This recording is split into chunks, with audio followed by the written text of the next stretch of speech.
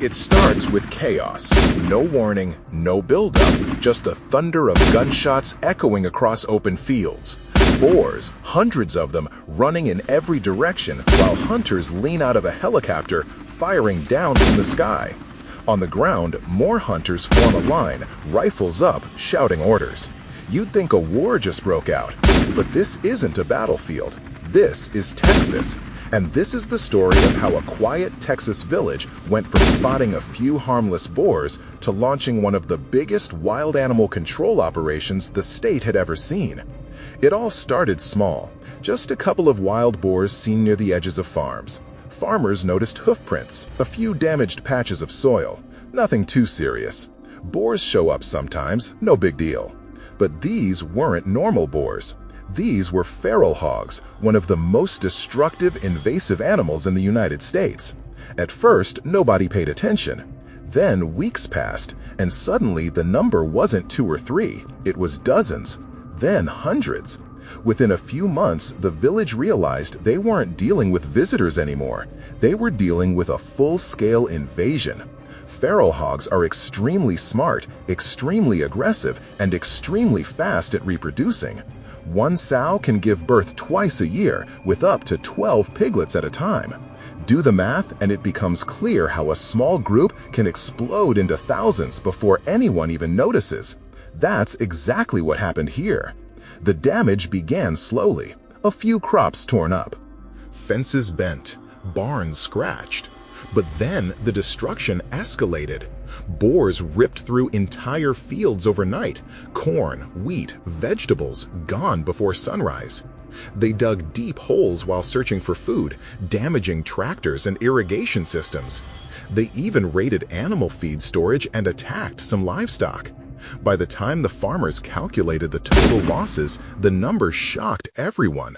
$1.5 million worth of damage. And it was still increasing every single week. So the farmers finally gathered, dozens of them, tired, angry, and desperate. Someone had to take action. Their first idea was simple: capture the boars alive. They set up big steel cages, baited them with corn, and waited. A few boars got trapped, but the rest, they learned quickly.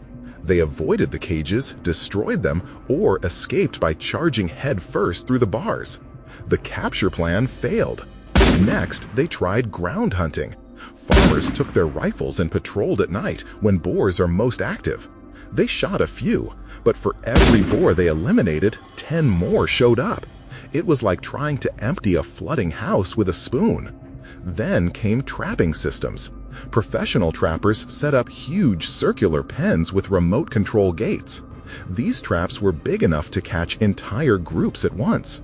And they worked, at first. But after a few successful nights, the boars adapted. They changed their routes, avoided open spaces, and moved deeper into forests and private lands. Once again, the progress slowed down. The farmers were losing the battle.